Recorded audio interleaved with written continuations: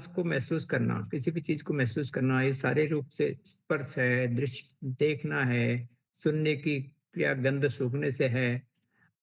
ये जो है, जो भी इसमें विचार होता है, भावनाओं से उत्पन्न होता है, उसी को हम लोग अनुभूति कहते हैं। तो इसमें ज्ञान का अस्तित्व ज्ञाता की सत्ता के भीतर ही होता है, गुरुदेव ने कहा है। हम जो कुछ जितनी दूर देख सुन सकते हैं, हमारी जो अपनी आत्मसत्ता है, उससे हम क्या-क्या सोच सकते हैं, समझ सकते हैं, कहाँ-कहाँ देख सकते हैं। सब कुछ तो हम नहीं देख सकते, लेकिन जो हमारी आत्मसत्ता का जो जो लिमिट है, उसे हम देख सोच सकते हैं, कल्पना कर सकते हैं। वो हमारी आत्मसत्ता का क्षेत्र, गुरुदेव ने कहा है। आत्मेचर का अनुभव असंभव है, जो उससे बाहर की चीज़ है, अपनी आत्मा की पहुँच से बाहर की चीज़ है, वो हम नहीं देख सकते, वो हम अनुभव नहीं कर सकते, ये गुरुदेव ने, उसकी अनुभूति हमें नहीं हो सकती। संपूर्ण अनुभव आत्म तत्व की ही बहुरंगी झांकियां हैं। आत्म चेतना का जैसा स्तर और स्वरूप होता है, उसके अनुसार ही दृश्य, श्रव्य, स्पृश्य जगत का अनुभव होता रहता है। ये खास बात इसमें है कि जो भी अनुभव आत्मसत्ता की बहुरंगी झांकियां हैं, ये गुरुदेव कह रहे हैं कि आत्म चेतना का जैसा स्तर एवं स्वरूप होता है, उसके ही अनुसार दृश्य, स्तव्य और स्पृश्य जगत का अनुभव हमें होता रहता है। तो अब हर एक को उस जिस जिस तरह का उसका सोचने का ढंग है, जिस तरह की उसकी आत्मानुभूति है, उस तरीके से वो कोई भी चीज को है देख रहा है, तो वो क्या है, उसकी किस तरह से उसका उस पर अम, समझता है, किस तरह से उसको देखता है, ये उसी पर डिपेंड करेगा कि उसकी आत्मानुभूति, उसकी अनुभूतियों का क्या अपना स्तर है और क्या उसकी चेतना है इसके बारे में। इसका अर्थ यह नहीं कि जगत की स्वयं में कोई सत्ता नहीं, वो निश्चित ही है। जगत की सत्ता तो है ही, जगत की सत्ता है, इसीलिए हमारी आत्मसत्ता है। तो इसका गुरुदेव ने कहा है कि जो यह निश्चित ही है, जो लोग ये कहते हैं कि जगत की कोई सत्ता नहीं नहीं, उन्हें फिर आत्मसत्ता को भी अस्वीकार करना चाहिए। तो ये कहना है कि जगत की सत्ता तो है ही, उसी में हम लोगों की आत्मसत्ता भी है। इसका अनुभव हम तभी कर सकते हैं जब जगत की सत्ता है। जगत की सत्ता को अस्वीकार करना ऐसा ही है जैसे नित्य रात्रि को स्वप्न देखने वाला व्यक्ति यह कहे कि स्वप्न की कहीं कोई सत्ता ही नहीं है। स्वप्न देखता है और कहेगा कि उसकी कोई देखा है, बट उसकी कोई सत्ता नहीं है। बिना सत्ता की अनुभूति असंभव है। हाँ, ये जरूर है कि आत्मचेतना के स्तर के अनुसार अनुभूति का स्वरूप परिवर्तित होता रहता है। हाँ, आत्मचेतना के अनुसार अनुभूति का स्वरूप परिवर्तित होता रहता है। अब इसमें आगे गुरुदेव बताते हैं, हमको दिखाएंगे कि क्या क्या हमें परिवर्तित किस तरह से हमें होता है। एक बच्चे के लिए स्वप्न भी उतना ही यथार्थ है।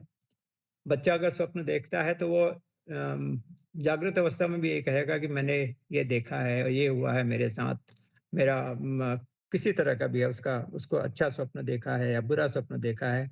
लेकिन सामान्य वयस्क व्यक्ति स्वप्न के यथार्थ से दिन के या जागृतिक काल में यथार्थ को अधिक महत्वपूर्ण मानते हैं। तो जो ये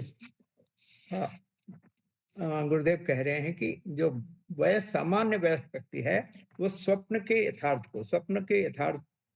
स्वप्न को उतना महत्वपूर्ण नहीं मानेंगे जो जागृतिक काल के यथार्थ से उनको है। इसका मतलब यह है कि उनके लिए स्वप्न का महत्व तो है, लेकिन जागृति के यथार्थ काल से कम है। गुरुदेव ने स्वप्नों के बारे में भी बहुत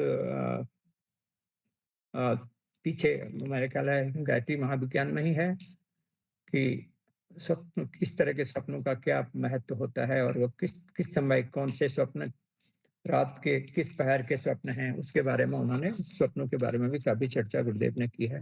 मेरे ख्याल है आप लोगों ने सभी ने उसको पढ़ा भी है। मनोवैज्ञानिक स्वप्नों को भी यथार्थ का ही अंग मानते हैं। मनोवैज्ञानिकों के बारे में इन्होंने कहा है कि वो स्वप्नों को भी यथार्थ का ही अंग मानते हैं। हाँ, उनका यथार्थ जागृत दशा के यथार्थ से भिन्न होता है, यह वे अवश्य मानते हैं। जागृत अवस्था के यथार्थ दशा के यथार्थ से भिन्न होता है, ये तो है ही। जो स्वप्न अवस्था में जो हम लोग स्वप्न देखते हैं, उस तरह का उसका जागृत अवस्था में वो नहीं होता है। उसका अर्थ कुछ न कुछ उसका कोई न कोई उसका महत्व है, लेकिन उसका क्या महत्व है, कितना महत्व है, वो जागृत अवस्था से डिफरेंट होता है, यह अवश्य मानते हैं। इस अंतर को समझते हुए वे स्वप्न की अनुभूतियों का एक प्रकार से लाभ उठा लेते हैं। अब जैसे गुरुदेव ने कहा है, अब यहाँ पर गुरुदेव ने ये भी कहा कि मनोवैज्ञानिक लोग किसी आदमी के बारे में कुछ जानकारी लेनी है, उसको कोई मानसिक कोई रोग हो गया है, तो उसके सपनों के बारे में भी उससे पूछेंगे, वो कहेगा मुझे इस तरह के स्वप्न दिखाई पड़ते हैं, ये दिखाई पड़ता है अपना। तो उसको एनालाइज़ करके उसको उसके स्वप्नों को किस तरह के स्वप्न हैं, वो कैसे स्वप्न देख रहा है, उसको किस तरह की है, किस तरह की बीमारी हुई है, उसका क्या कारण है, उसका क्या निदान है, इस तरह से जो है यहाँ पर मनोवैज्ञानिक इसके बारे में स्वप्न के प्रतीकों, स्वप्न संकेतों की भाषा और अर्थ समझकर उस प्रकाश में अपने जागृत सत्य के आचरण में वांछित हेर-फेर कर लेते हैं। जो हेर-फेर कर लेते हैं मतलब उसका ट्रीटमेंट के हिसाब से उसको हम किस तरह से क्या इसको क्या ज़रूरत है और क्या कारण है और उसका निदान किस तरह से हो सकता है, इसके बारे में निर्णय लिया जा सकता है। इसी प्रकार जागृति काल की दिनचर्या में संशोधन, परिवर्धन करने पर स्वप्नों के स्वरूप में भी परिवर्तन आ सकता है। ये भी वे जानते हैं कि ऐसा ही करते हैं एक गंभीर मनोव्यंग्य के लिए जागृत एवं स्वप्न दोनों ही अनुभूतियां अपने-अपने ढंग से यथार्थी हैं। जैसे अभी हम बात चर्चा कर रहे थे कि जागृत अवस्था में या स्वप्न में दोनों ही जो जिस तरह के उसने स्वप्न देखे हैं या उसका जो जो जागृत में जो उसने फ़ील किया है, उसकी अनुभूति जो है अपने ढंग से यथार्थी है। यहाँ और आगे वैज्ञानिक अन्वेषणों के बारे में गुरुदेव ने कहा है कि आधुनिक वैज्ञानिकों का यह सर्वमान्य निष्कर्ष है कि आकर्षक रंगों की, सम्मोहक सौंदर्य की और चित्ताकर्षक ध्वनियों की, परिव्याप्त प्रकाश की, तापमयी ऊष्मा की, सुहाने संगीत की कोई स्वतंत्र सत्ता नहीं है। वे तरंगों और गतिविधियों के भिन्न-भिन्न क्रमों के समुच्चय मात्र हैं। लेकिन हम देखते हैं कि जो उनका सभी की अनुभूति हर इंसान की अनुभूति इन सब के लिए जो आकर्षक रंगों का है, सम्मोहक सौंदर्य का है, चित्ताकर्षक ध्वनियों का है और परिव्याप्त प्रकाश का है, ये जो है उसका असर हर उसके अनुभूतियों पर उसकी अनुभूति हर इंसान की अपने हिसाब से अलग होती है। वातावरण की तरफ इसमें आगे गुरुदेव ने ये कहा है कि ऊष्मा क्या है? वातावरण की तरंगों का संघात, प्रकाश एवं बर्न। अब इलेक्ट्रोमैग्नेटिक स्पेक्ट्रम में विभिन्न फ्रीक्वेंसीज़ के बारे में गुरुदेव ने बताया है कि ये अब वो आगे फिज़िक्स के बारे में उन्होंने काफ़ी इसमें चर्चा की है। फ्रीक्वेंसीज़ होती हैं, वेवलेंथ होती है, तरंगों का परिणाम है और वैज्ञानिक प्रख्यात वैज्ञानिक एडिक्सन के अनुसार तरंग है पदार्थ और जो रंग हम देखते हैं, वो हमारी दिमागी बनावट है। इसी प्रकार जगत का यथार्थ निरपेक्ष रूप में माप है, किंतु वस्तु सत्य के रूप में हम जो भी अनुभव करते हैं, वह हमारा ही आत्मपरक सृजन है। हमारी जो अनुभूति और क्षमताएँ हैं, उनके अपने ढाँचे और स्तर के अनुसार ही हमें वस्तु सत्य का अनुभव होता है। ये गुरुदेव बता रहे हैं कि हमारी जो अपनी सत्ता है, हम जो उसके बारे में सोचते हैं, को कौन-सा कलर हमें अच्छा लग रहा है या हमें क्या है, अब आगे और इसमें आगे गुरुदेव चर्चा करेंगे। उन्होंने ये कहा है कि कल्पना करें कि यदि विश्व का कोई भी चेतन प्राणी 5 ज्ञानेंद्रियों में से एक की भी शक्ति के समर्थ न होता, मतलब आँख, कान, नाक जो भी सुनने, सूँघने, स्पर्श करने की जो उसकी क्षमता है, उसमें से अगर कोई एक भी चीज़ नहीं होती, तो स्वाद ले सकने की ऐन्द्रिक क्षमताएँ नहीं होती, तब यह शेष संसार रहता तो ऐसा ही, किंतु इसकी विविध उपाकृतियाँ, विविध रंगों का, विविध गंधों का, नाना स्वादों का, ध्वनियों एवं संगीत का क्या अनुभव होता और क्या प्रमाण होता? वस्तु सत्ता तो तब भी होती, किंतु अनुभूतियों का वर्तमान स्वरूप तब कदापि कहीं होता ही नहीं। है ही अगर किसी का कान काम नहीं करते हैं और उसकी या किसी को कोई उसको दृष्टि दोष है, उसको दिखता नहीं है या उसकी जो है गंध जो उसकी घ्राणक ऑल्फैक्टरी नर्व्स उसकी इन्वॉल्व्ड हैं, खराब हैं, वो आदमी सूँघ नहीं सकता, उसको पता नहीं चल सकता कि क्या है, किस तरह की सुगंध है या स्पर्श करने के जो उसको अनुभव करने का उसका जो उसकी सेंसरी सिस्टम है, उसमें अगर डिफेक्ट है तो या जिह्वा का स्वाद चखने का उसका अगर क्षमता नहीं है, तो उन गुरुदेव का ये कहना है कि उसमें और अनुभूति जो है वर्तमान स्वरूप तक कदापि नहीं होता। उसका उसका जो अनुभूति होगी वो डेफ़िनेटली दूसरे उस तरह की नहीं हो सकती, जो सभी ज्ञानेंद्रियों के होने पर चेतन प्राण पाँचों ज्ञानेंद्रियाँ जब हैं, तो जिस इंसान के पास में कोई भी इनमें से 1 या 2 या अ, सभी कोई भी अगर उसकी ज्ञानेंद्रियाँ काम नहीं कर रही, तो उसकी अनुभूति वो नहीं होगी जो अ, नॉर्मल आदमी की हो सकती है। ये गुरुदेव का ही कहना है अनुभूति के बारे में। हम वस्तु सत्य को जब भी देखने या उसका अनुभव करते हैं, उसमें हमारे अपने संस्कार, अपने पूर्व संचित संवेदन और उनकी क्षमता विशेष झुकाव, विशेष का भी प्रभाव घुला-मिला रहता है, क्योंकि हम चेतन दर्शक, चेतन भोक्ता हैं। अब ये भी बहुत ही इम्पोर्टेंट सेंटेंस है, जिसमें गुरुदेव कह रहे हैं कि हमारा पहले पहले के अपने पहले संस्कार, पूर्व जनित संवेदनाएँ और क्या-क्या संवेदनाएँ हमारे साथ हुई हैं और हमारी क्या क्षमता है, विशेष झुकाव किसके प्रति है, ये जो घुला-मिला सा इसका वो होता है, वो हमारे जो हमारी जो अनुभूति होगी, वो उसके हिसाब से डिफरेंट होगी। अब आगे उन्होंने कैमरे को देखने की क्रिया में से भेद चेतना की उपस्थिति से होता है। नेत्र से भी किसी प्रकाशित वस्तु को वस्तु विकीर्ण प्रकाश की किरणों के द्वारा ही देखा जा सकता है। वही प्रकाश किरणें पुतलियों के प्रविष्ट होती हैं और नेत्र के वीक्ष द्वारा नेत्र पटल और उल्टा प्रतिबिंब बनता है, किंतु आगे प्रक्रिया बिल्कुल भिन्न है। आँख में जब जाते हैं तो कोई वो जो लाइट रेज़ के थ्रू उसका बिंब बन रहा है, उसका पिक्चर बन रही है हमारी आँख में और वो आगे जाकर के जो हमारी आँखों की जो नर्व्स हैं, उसके उससे होते हुए ब्रेन के उस पार्ट में जाती है जिसका काम देखना है और उसको समझना है और उसको उस हिसाब से फिर उस पर रिएक्शन करना है। तो ये गुरुदेव ने बताया है कि जो नेत्र पटल और ये हमारी जो आँख की नर्व्स होती हैं, उससे उसका होता है नेत्र पटल पर उसके प्रतिबिंबों का प्रभाव संवेदन नाड़ियाँ मस्तिष्क तक ले जाती हैं। वहाँ संचित बोध अनुभवों के आधार पर हमारा जो अ संवेदन नाड़ियाँ मस्तिष्क तक ले जाती हैं और वहाँ संचित बोध अनुभवों के आधार पर वस्तु के स्वरूप के अनुभव के साथ ही उसके प्रति संवेदनात्मक प्रक्रिया भी उत्पन्न होती है। अब क्या है किसको उन्होंने देखा हमने कोई भी चीज़ को तो सुंदर वो किस तरह की है? सुंदर प्रीतिकर दृश्यों से प्रसन्नता और उल्लास की। अब है ना जैसे हमें कोई बहुत सुंदर सी चीज़ दिख रही है तो उससे प्रसन्नता, उल्लास की अनुभूति होगी। अरुचिकर दृश्यों से जुगुप्सा, अप्रसन्नता, कष्ट की, सामान्य अनुभव से सर्वथा भिन्न दृश्यों के विस्मय की, आत्मसत्ता के द्वारा अपने लिए अनुकूल मानी गई परिस्थितियों से उत्साह की और क्षति पहुंचा सकने वाले संकेत देने वाले या उनकी स्मृति उभारने वाले दृश्यों से भय की अनुभूतियां होती हैं। ये है अगर हमने कोई चीज देखी है तो उसका जो है बहुत अच्छा लगेगा, कोई अच्छी चीज है जैसे सुंदर से किसी फ्लावर्स को देखते हैं हम किसी गार्डन में जाते हैं तो बहुत ही रुचिकर वो लगती है। अगर आपको वही चीज वहीं पर अगर कोई साँप दिखाई पड़ जाएगा तो उससे आपको एकदम डर लगेगा और भय होगा उससे। तो अनुभूति उसकी होगी ये जो हमारी ये क्योंकि ये अनुभूतियाँ हमारी पहले से बनी हुई हैं। ये वहाँ पर हमें गुरुदेव का ये कहना है कि इस उभारने वाले दृश्यों से भय की अनुभूतियाँ होती हैं। इन अनुभूतियों के समय मस्तिष्क की कोशिकाओं में या मज्जागत पदार्थ में किस तरह के कंपन होते हैं, इसका यदि भौतिक या रसायन शाला की दृष्टि से अध्ययन विश्लेषण कर भी लिया जाए, तो भी उस विश्लेषणात्मक अध्ययन की तुलना में उस समय की वास्तविक मानसिक अनुभूति से पूरी तरह नहीं की जा सकती। भौतिक रासायनिक परिवर्तनों के अध्ययन से यथार्थ मानसिक अनुभूतियों का संकेत मात्र ही हो सकता है।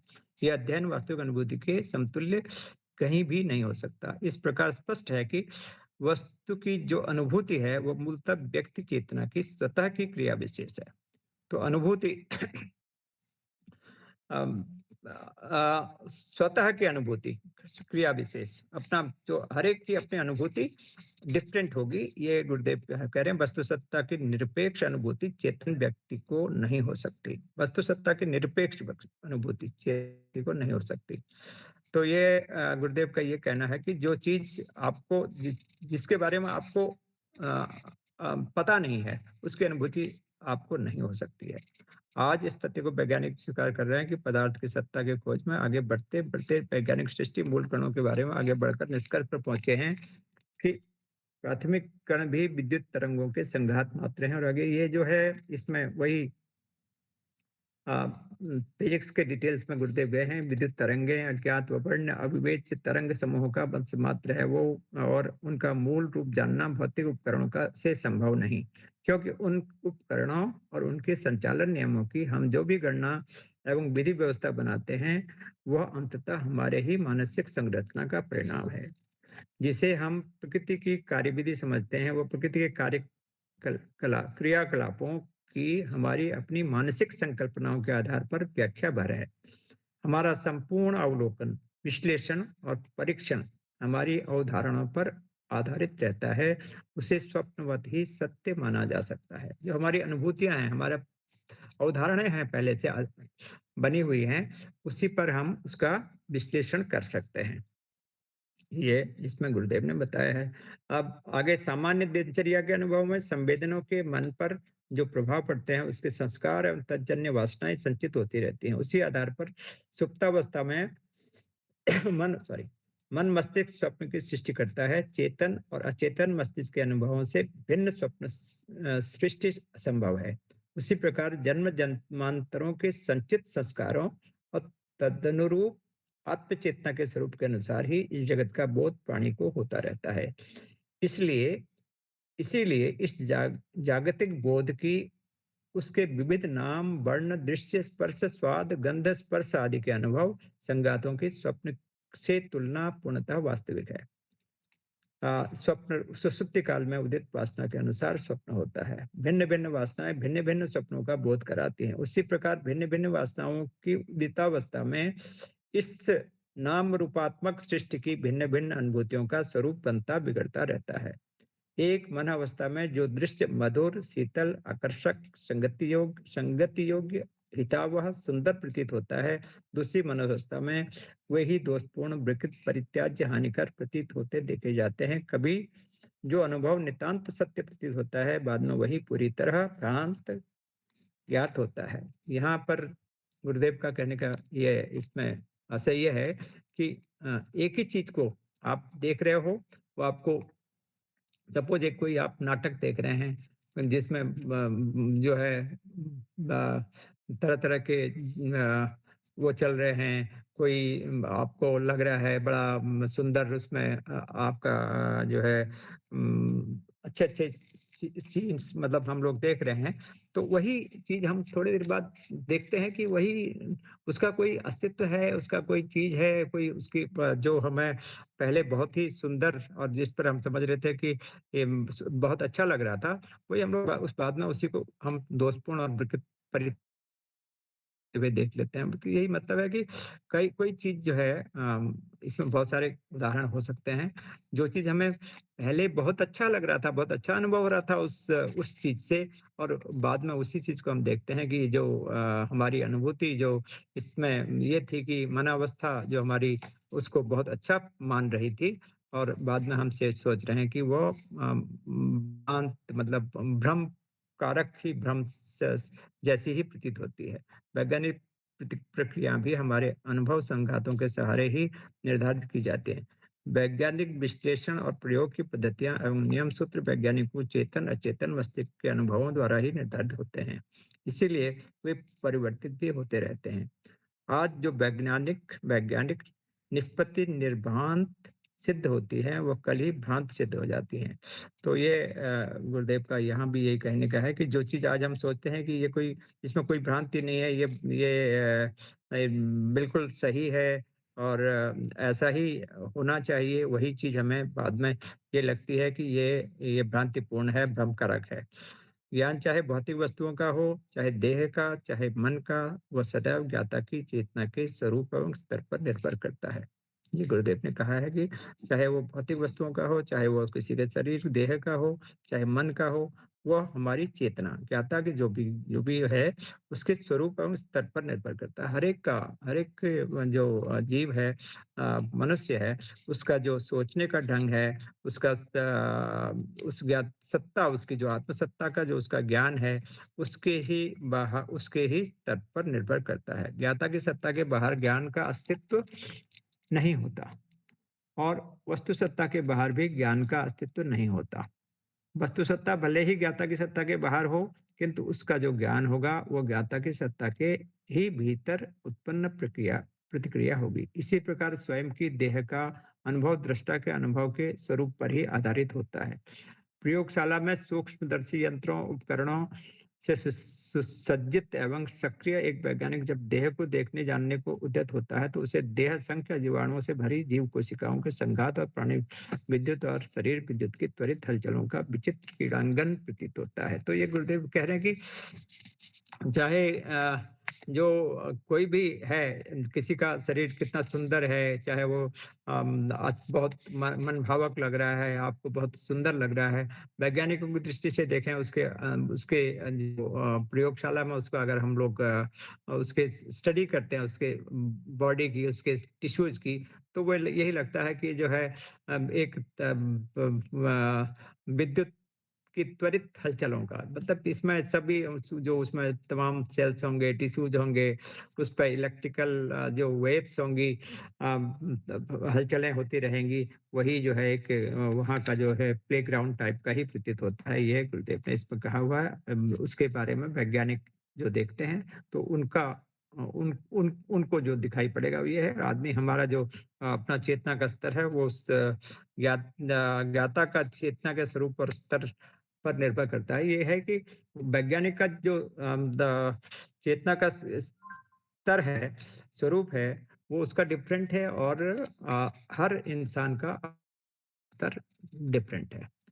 अपने या दूसरे की चमड़ी के सौंदर्य पर मुग्ध रागी को उस देह के जाने कितना मधु उसकी चेष्टाओं में सम्मोहन भाव रहस्यमय आकर्षण भरा दिखता है। ये इसमें यहाँ पर मुग्ध रागी कहा है इन्होंने कि उसके लिए किसी भी आदमी को किसी देह को देख रहा है, तो उसको कितना सम्मोहन उसको दिखता है, रहस्यमय दिखता है, आकर्षण भरा दिखता है वो शरीर उसको। वैज्ञानिक के लिए प्रयोगशाला में सत्य जितना वास्तविक है, मुग्ध व्यक्ति के लिए अपना मुग्धता भाव ही उतना ही वास्तविक है। ये यहाँ पर गुरुदेव ने यही कहा कि चाहे वो किसी को अगर जैसे कोई आदमी देख रहा है कि शरीर मुग्ध रागी को राग किसी को देख रहा है, तो उसका जो सम्मोहक भाव रहस्यमय आकर्षण पर दिखता है, उसी तरह से वैज्ञानिक के लिए भी वो उसी तरह का मुग्ध व्यक्ति के लिए जिस तरह से मुक्त भाव की उतना ही वास्तविक है। अब यहाँ पर फिर गुरुदेव ने कहा कि जैसे मूर्ति पूजा से विरक्त व्यक्ति के लिए प्रतिमा वस्तुतः निष्प्राण पाषाण खंड मात्र है, तो किसी सच्चे भक्त के लिए वही प्रतिमा वस्तुतः दिव्य प्रेरणा और गहन अनुभूतियों का जीवंत स्रोत है। तो अभी जो लोग मूर्ति पूजा पे विश्वास नहीं करते, उनके लिए जो हम लोग देखते हैं कि जो मूर्तियां हैं, उनके लिए तो केवल पाषाण खंड मात्र है। एक पत्थर का टुकड़ा उनके लिए उन समान है उनके लिए। लेकिन जो लोग मूर्ति पूजा पूजा पर विश्वास करते हैं, उसके लिए तो प्रतिमा जो है दिव्य प्रेरणाओं और गहन अनुभूतियों का जीवन स्रोत है। उनसे उन्हें हमें जो है जो अ, मूर्ति पूजा पे विश्वास करते हैं, उनके लिए तो जो मूर्ति है वो दिव्य प्रेरणाओं और गहन अनुभूतियों का जीवंत स्रोत है। इस प्रकार स्पष्ट है कि व्यक्ति चेतना के स्तर एवं स्वरूप के अनुसार ही इस दृश्य जगत को, जो स्पृश्य जगत एवं श्रव्य जगत भी है, के अनुभव होते हैं। सत्ता ही अनुभूति का आधारभूत तत्व है। तो यही है कि क्योंकि आत्मसत्ता की अनुभूति है, एक जो आदमी जो पाषाण पूजा नहीं, जो मूर्ति पूजा नहीं करता, उसकी जो आत्मसत्ता की अनुभूति है वो डिफरेंट है, और जो मूर्ति पूजा में विश्वास करता है, मूर्ति पूजा करता है, उसकी आत्मसत्ता की अनुभूति बिल्कुल डिफरेंट है। इस तथ्य को समझ लेने पर श्रेष्ठ जीवन की उत्कृष्ट दृष्टिकोण की महत्ता स्पष्ट हो जाती है। निकृष्ट दृष्टिकोण अपनाने पर अंतःकरण में घटियापन भर लेने पर चारों तरफ घटिया स्वरूप ही दृष्टिगत होगा। निकृष्ट दृष्टिकोण अपनाने पर किसी को हम देखते हैं, अपनी हमारी जो निगाह है, हम किस तरह से, किस भावना से उसको देख रहे हैं। अगर घटिया ग जो हमारी भावना अच्छी नहीं है, तो उसको जो है घटिया स्वरूप ही दिखाई पड़ेगा। वस्तुतः ये संसार आत्मसत्ता का ही प्रतिबिंब है। आत्मसत्ता का स्तर ही चारों ओर प्रतिबिंबित होता है। वस्तु जगत में हर व्यक्ति आत्मसत्ता को आरोपित करता रहता है। घटिया दृष्टिकोण वाला इसी आरोपण के कारण चारों ओर घटियापन का ही अनुभव करता है। ये फिर घटियापन और जिसकी दृष्टि अच्छी होगी, जिसका जो सत्ता उसको हर चीज़ को अच्छी तरीके से देखने से और अच्छा सोच जिसकी अच्छी होगी, वो उसको अच्छी चीज़ लगेगी और जो जिसकी घटिया सोच होगी और जिसका घटिया दृष्टिकोण होगा, उसको सब चारों तरफ घटियापन का ही अनुभव होगा। अब इसमें एक और आगे गुरुदेव ने कहा कि संत कबीर ने इसके संसार को दर्पणों की गुफा कहा था। अर्थात ऐसी गुफा जिसमें चारों ओर दर्पण ही दर्पण हो। उसमें हर व्यक्ति को सभी तरफ अपना ही प्रतिबिंब दिखाई पड़े। इसी तथ्य को उन्होंने एक ये कहा है, दर्पण केरा गुफा में स्वनहा पैठा जाय, देखी के प्रतिमा अपनी भूखी भूखी मर जाए। तो मनुष्य उस कुत्ते के समान है जो दर्पण गुफा में सहसा दौड़कर घुस जाए और चतुर्विध अपनी ही प्रतिमाएं देख देख कर भोंक भोंक कर दम तोड़ दे। तो इसी तरह से उन्होंने भी गुरुदेव ने मनुष्य को भी कि यह मनुष्य की यथार्थ स्थिति है। वैसी कैसी, उसी कुत्ते के समान है। अपनी ही आत्मसत्ता के प्रतिबिंब को देख देख कर मनुष्य विचलित, विक्षुब्ध और व्यग्र होता रहता है।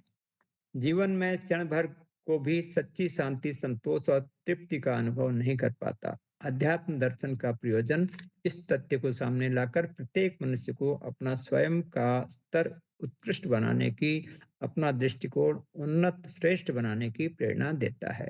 अध्यात्म का अध्यात्म दर्शन का प्रयोजन इसमें यही है कि अब जो हम लोग सोचते हैं, समझते हैं, हमारा क्या दृष्टिकोण होना चाहिए, किस तरह का हमारी सोच होनी चाहिए, हमारा जितना हमारा जो अच्छी सोच होगी, अच्छा जो हमारा वसुधैव कुटुंबकम और आत्मवत सर्वभूतेषु वाला जो भावना होगी, वो होगा तो ये जो दर्शन का प्रयोजन है, सामने लाकर प्रत्येक मनुष्य को अपना स्वयं का स्तर उत्कृष्ट बनाने की, अपना दृष्टिकोण उन्नत श्रेष्ठ बनाने की प्रेरणा देता है। उसी के द्वारा मनुष्य की उत्कृष्टता, पवित्रता और प्रकाश के अनुभव एवं दर्शन हो सकते हैं तथा आनंद उल्लास की स्थायी अनुभूति हो सकती है। ये गुरुदेव ने इसमें बताया है। इसमें स्पष्ट ही है, हर चीज बहुत क्लियर ही है। बाकी मेरी अपनी इसमें जो आप सबसे अनुरोध है कि आप अपना अपना इस पर कमेंट्स देंगे। मैडम, आप ऐड करना चाहोगे कुछ? हाँ, ठीक है। हाँ, जी, सभी को प्रणाम। बहुत सुंदर टॉपिक है और बहुत ही गूढ़ गुरुदेव ने दिया है। बहुत सारी फिजिक्स भी पढ़ा दी।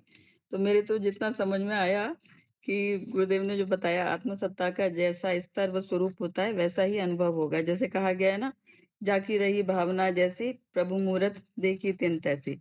और 3 चीजें उन्होंने खास बताई कि हमें दृष्टिकोण बदलना है। दृष्टिकोण जब बदलेंगे, वो कैसे बदलेगा? ज्ञान के आधार से। और ज्ञान कहाँ से आएगा? जब हम कोशिश करेंगे, स्वाध्याय और ये सारी चीजें।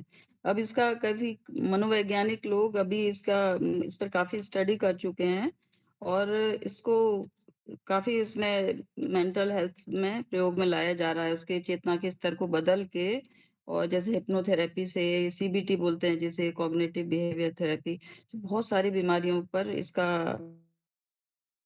तो थोड़ा सा हम लोग उसको जान लेंगे। तो एक प्राणियों में देखिए सबका स्तर अलग-अलग होता है। प्राणियों में चेतना का स्तर अलग होगा। एक ही वस्तु को देख के अलग-अलग व्यक्ति की अपनी चेतना के अनुसार अलग-अलग रिएक्शन होगा। मान लीजिए प्रकृति है, हम कोई देखेगा, अरे वाह! प्रभु आपने कितनी सुंदर ये प्रकृति बनाई, कितने रंग-बिरंगे फूल-पौधे दिए हैं, क्या-क्या दिया। एक मुझे बच्चे की बात याद आ रही है, वो छोटा-सा देख रहा था, वो संतरा फूला, ओह गॉड! कहता है कि भगवान कितना बड़ा कलाकार है, कितना अच्छी पैकिंग की है इन्होंने। पहले छोटी-छोटी, छोटी-छोटी उनको, फिर वही उस फाँक के अंदर रख दिया, फिर पूरा कवर चढ़ा दिया। ऐसे वो बेचारा अपने हिसाब से उसको एनालाइज़ कर रहा। तो ये सबका अपना-अपना हिसाब होता है। तो ये है। पर कुछ ऐसे प्रयोग हुए हैं जैसे कि इस पर चेतना के स्तर को ऊपर उठाने के आसान तरीके, जिसे आत्म परिष्कार कहते हैं गुरुदेव। तो इस पर रिसर्च हुई है, जो उससे क्या है, एक तो ओम का उच्चारण 10 से 13 बार कम से कम, आज्ञा चक्र पर ध्यान करके, ये कहीं पढ़ा था मैंने। तो और दूसरा है शांभवी मुद्रा। ये शांभवी मुद्रा बहुत ही ज़्यादा फ़ायदेमंद है, तो इसको भी ट्राई करें। तो हमें तो चेतना का बदलना है ना, स्तर को ऊँचा उठाना है, उच्च स्तरीय चेतना में जाना है और ध्यान है। अब गुरुदेव ने हमें कितने तरह के ध्यान बताए हैं, तो उन इसीलिए बताए गए ये सब चीज़ें। फिर शास्त्र पढ़ने, क्योंकि उससे फिर उसी से तो ज्ञान आएगा ना, आत्मा परमात्मा का ज्ञान, स्वाध्याय, ये सारी चीज़ें हैं, उन सब से भी होता है स्पिरिचुअल नॉलेज। फिर ये मंत्र जप, नाम जप से भी जो होता है, रेगुलर ये करते रहने से भी, क्योंकि ब्रेन में इसका इफ़ेक्ट अभी एक वो भी वीडियो भी देखा था मैंने, शायद अभी कुछ न्यूरो साइंस पर कुछ लोग अभी, जो मैंने पहले भी भेजा, डॉक्टर श्वेता आदुतिया, वो सब बड़ी रिसर्च कर रही हैं कि क्या-क्या करने से क्या-क्या होता है ब्रेन पर, मतलब फिज़िकल ब्रेन पर भी। और ये जो हम लोग कथाएँ सुनते हैं, स्वाध्याय में तरह-तरह की बात सुनते हैं, श्रवण, भक्ति, सात्विक गुण, ये सब बढ़ाने से चेतना का स्तर अपने आप बढ़ता मतलब बदलता जाता है।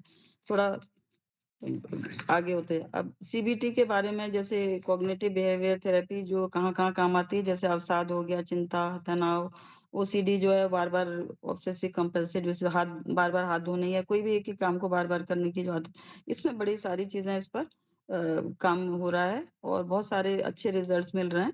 जैसे हिप्नोथेरेपी के द्वारा कर रहे हैं, बातचीत की थेरेपी के द्वारा इन सब चीज़ों को चेंज किया जा रहा है। तो ये सब 2-3 चीज़ें गुरुदेव ने और बताई हैं। और ये शुद्ध चेतना जो है, वो फिर शुद्ध चेतना में जब और हायर कॉन्शियस में, सुप्रीम कॉन्शियसनेस में जाते हैं, वो तो सुप्रीम तो ख़ैर भगवान ही है, उनकी चेतना। तो उसमें क्या होता है कि वस्तुओं के माध्यम से उसमें वस्तुओं की ज़रूरत भी नहीं होती है। तो विशुद्ध बस अपने आप ही अनुभव हो जाता है। जैसे ईश्वरीय चेतना है, गुरु की चेतना को बहुत से लोग अनुभव कर पाते हैं, क्योंकि उसमें बताया गया है, ज्ञानात्मक, भावात्मक एवं क्रियात्मक त्रिविध स्वरूपा है चेतना। तो हम लोगों को यही गुरुदेव ने जो ज्ञान दिया है। तो मुझे आपसे एक प्रश्न ये पूछना था कि अब देखिए, सूरदास जी के मुझे ऐसी बात ध्यान में आई कि उस समय में सूरदास जी प्रज्ञाचक्षु थे, पर उनकी चेतना कितनी उच्च स्तरीय हो गई होगी कि उन्होंने कृष्ण लीला का कितना किया है, बाल लीला का भी बाद में भी, जबकि नितिन थे। अभी भी आज के युग में मुझे लगता है ये रामभद्राचार्य जी हैं, वो भी प्रज्ञाचक्षु हैं, लेकिन कहते हैं 22 भाषाएँ जानते हैं, वेद, पुराण, शास्त्र सब उनको कंठस्थ हैं। कितने विद्वान हैं, यूनिवर्सिटी बना रखी उन्होंने, क्या-क्या। तो ये सब चेतना के कौन से स्तर में पहुँचे होंगे? मेरे ख्याल से बहुत ही हायर लेवल पे पहुँचे होंगे। तो इस पर और भी आप सब लोग प्रकाश डालिए। तो बस यही कि हमें यही सब अपनी मनोस्थिति को अच्छा रखना है, दृष्टिकोण को अच्छा रखना है और चेतना के स्तर को बढ़ाते जाना है, अच्छी उच्च स्तरीय लेवल पर ले जाना है। जी, प्रणाम। धन्यवाद।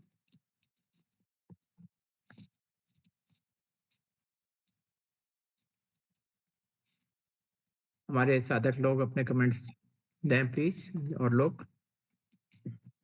जी धन्यवाद। जी डॉक्टर साहब, पहले तो आपको बहुत-बहुत आभार आप दोनों लोगों को कि बहुत ही सुंदर आपने इसका जो है सार प्रस्तुतिकरण किया।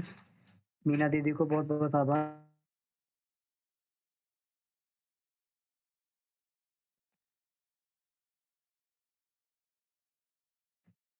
तो इतना बढ़िया जो है इसमें ये हुआ।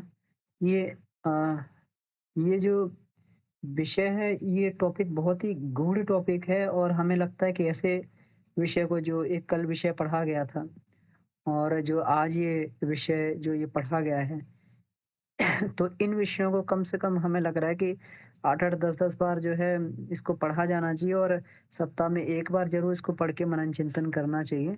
तब जो है विषय की गहराई में उतरा जा सकता है और वहाँ से, क्योंकि जो इसमें बात कही गई है कि इसमें एक बात कही गई है कि बहुत सुंदर, इसमें बहुत सारे तथ्य ऐसे आए हैं जिन पे बहुत विशद चर्चा हो सकती है। पहली बात तो इसमें एक बहुत ही सुंदर बात ये कही कि वस्तु सत्ता की निरपेक्ष अनुभूति चेतन व्यक्ति को नहीं हो पाती है। मतलब ये कितनी गहरी बात करी गई है कि व्यक्ति, मतलब जो व्यक्ति, उसका वस्तु सत्ता का मूल मूल स्वरूप क्या है? उस वस्तु सत्ता का मूल स्वरूप क्या है? उसकी अनुभूति जो चेतना के रहते नहीं हो सकती। अब चेतना क्या है? चेतना जो है पंच पंच प्राणों का जो है संघात चेतना है।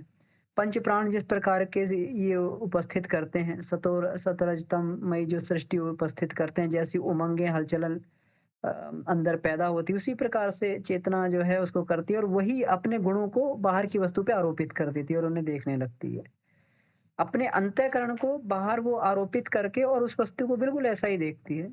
जिस प्रकार से हम लोग ये देखें कि एक बार जो कहानी आती है कि जो ये सुखदेव जी थे, सुखदेव जी निष्प्रह थे एकदम, बाल ब्रह्मचारी थे। तो एक बार निकल रहे थे तालाब में कुछ वहाँ पर युवती स्त्रियाँ जो है वो स्नान कर रही थीं। तो वो निकल गए और निष्प्रह भाव से वो उनको देखते हुए निकल गए और उनको और वहाँ पे युवतियाँ जो है अपने स्नान करती रहीं, लड़कियाँ स्नान करती रहीं, उन्हें कोई समस्या नहीं आई। लेकिन जैसे ही व्यास जी निकले तो फटाफट सब लोग निकल के और सब लोगों ने अपने-अपने वस्त्र धारण कर लिए।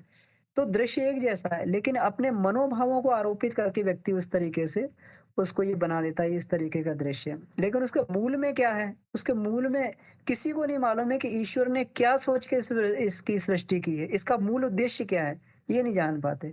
और इसका ये मूल उद्देश्य तभी पता लगता है जब ये त्रिगुणात्मक सृष्टि से ऊपर उठ के व्यक्ति सत रज तममयी सत्ता से ऊपर उठ के जब व्यक्ति ऋतंभरा प्रज्ञा वाली स्थिति में चला जाता है। जब सत्य का साक्षात, ऋत का मतलब ही है, ऋत का मतलब ही सत्य है। वह सत्य जो निरपेक्ष सत्य है, सापेक्ष सत्य, निरपेक्ष सत्य है। जहाँ पर सृष्टा की मूल अवधारणा का पता लगता है कि सृष्टा ने क्या सोच के इस वस्तु को बनाया था। इस इस यहाँ पर इसका मूल उद्देश्य क्या है? इस प्रकृति में इसका मूल उद्देश्य क्या, मूल कारण क्या है? वो वहाँ पर जाकर ऋतंभरा प्रज्ञा वाले स्तर पर जाकर उसको साक्षात्कार होता है, जब उसमें ये कहते हैं कि समाधि अवस्था में जब चित्त की वृत्तियाँ, क्योंकि हर कोई व्यक्ति अपने-अपने स्तर से देखता है। जब स्वामी रामकृष्ण परमहंस जो गायों को देखते थे, उनको गायों को देख के समाधि लग जाती थी। जब गायें रंभाते हुए जो है अपने बछड़ों के लिए चर के जाती थी और रंभाते हुए जाती थी, तो उनके स्तनों में से दूध निकलता हुआ देख के उनकी समाधि लग जाती थी कि ऐसे ही माँ जो है अपने बच्चों को, जो विश्व माता अपने बच्चों को किस प्रकार से दुलार लुटाने के लिए उसके स्तनों में दूध छलकता रहता है, तो ऐसे देख के उनकी समाधि लग जाती थी। और उसी गाय को जो एक कसाई देखता है तो उसको जो उसमें मांस और वो नज़र आता है कि इसको काट के जो है इसका मांस को वो करके कर दिया जाए। तो दृष्टिकोण जो है सबका अपना अलग-अलग है और उसका जिस जिस तरीके से जो वृत्तियाँ, तो कसाई की तमोगुणी वृत्ति वो उसपे आरोपित कर देता है तो उसको गाय के रूप में अपना भोजन दिखाई देता है, उसको ये दिखाई देता है। कोई भक्त जो है अपने सतोगुणी भाव को गाय पे आरोपित करता है तो उसको गाय माता दिखाई देती है, वो सब। लेकिन उसका मूल कारण क्या है, प्रयोजन क्या है, ये कोई नहीं जानता है। ये सिर्फ़ सृष्टा जानता है कि उस मूल प्रयोजन क्या है, किस लिए उसको यहाँ पर ये कहा गया। एक बहुत गहरी बात इसमें कही गई कि वस्तु सत्ता की निरपेक्ष अनुभूति चेतन व्यक्ति को नहीं हो सकती। तो इसका मतलब है जब तक हम उस त्रिगुणमयी सत्ता के उसमें जी रहे हैं तब तक तो इसकी मूल अनुभूति नहीं हो सकती। दूसरा इसमें बहुत अच्छे इसमें तथ्यों को स्पष्ट किया गया और इनको बहुत-बहुत मनन चिंतन इसको करना चाहिए, समय नहीं है लेकिन। तो इसमें एक चीज़ अभी डॉक्टर साहब ने कहा था, आदरणीय डॉक्टर साहब ने पूछा था कि इसमें जो है ऐसी कौन-सी चीज़ है जिससे आपने ये स्थूल इंद्रियाँ काम ना लेते हुए भी, स्थूल इंद्रियों से काम ना लेते हुए भी वो जो ज्ञान के चरम उस पर आप पहुँच जाते हैं। तो यही इसी को कहते हैं कि इसी को मन की पश्यंती वाणी बोला जाता है। क्योंकि मन ही सुनता है, मन ही सुनता है, मन ही देखता है।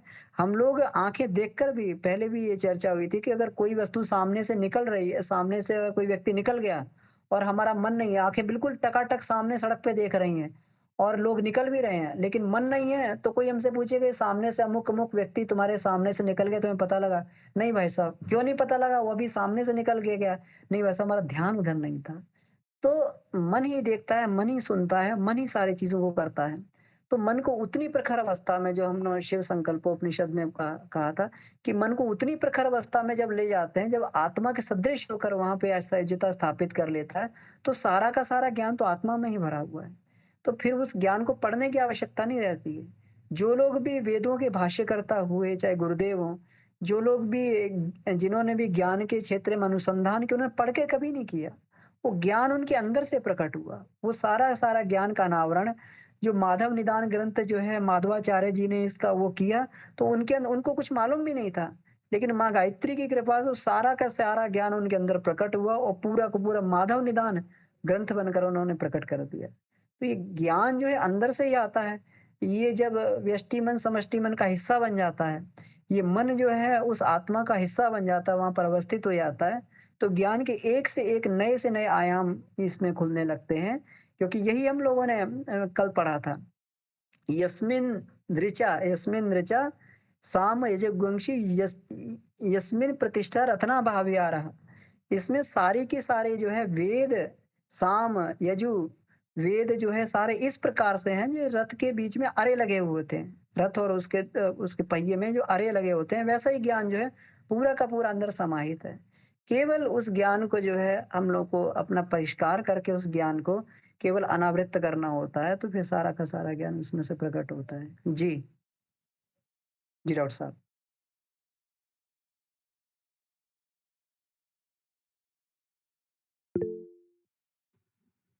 समय भी अभी हो गया और प्रश्न किसी के हों। भाई साहब का हैंड रेज है, मनोज कुमार जी का। जी भैया प्रणाम। समय तो हो चुका है, बस 1 मिनट। अभी डॉक्टर दीदी ने पूछा था कि रामभद्राचार्य जी का जो अवस्था, तो वो क्वेश्चन जिज्ञासा मेरी भी थी। जे उनका कौन-सी चेतना की अवस्था हम समझेंगे? वो तो बिना आँख के हमको तो नहीं लगता है कि वो कोई मने वो सत्कर्म भी कर सकते हैं, आसन प्राणायाम भी उनसे नहीं होता होगा, तो वो अभी कैसे वो जागृत होके या कौन-सी अवस्था में पहुँचे हुए हैं कि जिससे कि इतना ज्ञान उनको, इतनी भाषा का ज्ञान हो गया? और तो इसके बारे में भैया थोड़ा बताएँ कि क्या कौन-सी अवस्था उसको मानेंगे हम चेतना की? जी भैया। उसको उसको चेतना की वो प्रज्ञावस्था ही भैया हमें चेतना की माननी चाहिए, है ना? प्रज्ञा का मतलब होता है ज्ञान की प्योरेस्ट फॉर्म। तो जी, जब जी। व्यक्ति ये जो है जब व्यक्ति इसमें और सभी के उसमें मूल स्वरूप में जिसको हम लोग ओज बोलते हैं, ओज तेज में बदलता है। तेज का मतलब मानसिक शक्ति हो गई, है ना? जी, और वही जी। मानसिक शक्ति परिवर्तित होके प्रज्ञा में बदल जाती है, जी, वर्चस्व में बदल जाती है। तो ये जी। क्रम से जो है ये परिवर्तन होता जो हमारी ही ओज शक्ति जो ज्ञान में बदल जाती है। जी भैया। ये जो है प्रज्ञा की ही अवस्था है। जी, जी, जी, जी, जी। जी, तो इसके लिए प्राज्ञ बोलते हैं ना, थोड़ी महाप्राज्ञ पिपलाद जी, प्राज्ञ बोलते हैं जिसको, जो इस अवस्था में पहुँच जाता है। जी भैया, जी, जी। मैंने आज की अवस्था में तो अभी हैं हम लोग के सामने जो दिखाई उनकी दे रही है, और साधना भी इसी समय काल में किए हैं। तो जी, वही जी, जी भैया, धन्यवाद भैया। जी, मीना दीदी। जी, प्रणाम भैया। तो कल भी लिया जा सकता है क्या इसी जी, विषय जी। को?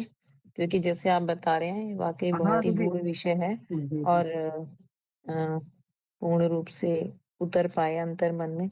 इसमें बेसिकली धारणा की बात की जा रही है, जो धारणा क्या लेके चल रहे हैं, तो कल भी इस पे डिस्कशन कर सकते हैं भैया। कुछ और एक बार और सभी इस पे मनन चिंतन करें, तो और भी कुछ निकल कर आएगा। और डॉक्टर साहब को बहुत-बहुत आभार, डॉक्टर दीदी को बिल्कुल, भी। बिल्कुल। ये इतना डॉक्टर साहब ने बड़ा ही इसको उससे प्रस्तुत किया है, इसमें लगभग सारे तथ्यों को उन्होंने पूरा कर लिया है। अब ये तो अपने चिंतन मनन पे है, और जितना ही हम लोग इस पे चिंतन मनन विचार करेंगे, उतने ही गहन तथ्य इसमें और भी क्लियर होते जाएँगे, दीदी। तो हम लोग कल भी इसको देख सकते हैं। तो मेरा निवेदन ये है कि इस विषय को सब लोग इसमें पढ़ लें, और पढ़ के अगर अपने प्रश्नों को कल अगर रखेंगे तो बहुत अच्छा ये है, बढ़िया रहेगा कि हम ये हमने पढ़ा है, इसमें हमारा ये अनुभव है, तो एक अच्छी दिशा में इसका स्वाध्याय हो जाएगा। जी।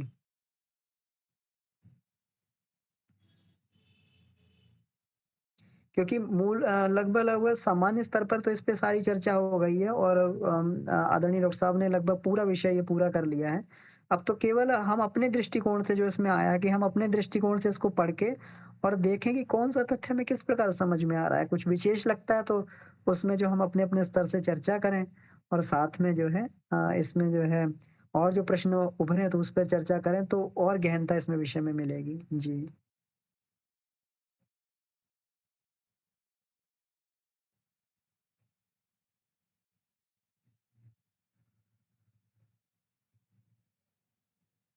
तो ठीक है, समय हो गया है। तो जी दी, आप कुछ कहना चाह रही हैं? भैया आप शांति पाठ कर लें। जी, जी। ठीक है, ठीक है। अगर ठीक है। तो चलिए, आइए परम पूज्य गुरुदेव वंदनीय माताजी सभी ऋषिसत्ताओं को धन्यवाद देते हुए आज के स्वाध्याय को यहीं पर समाप्त करते हुए शांति पाठ करते हैं। ओम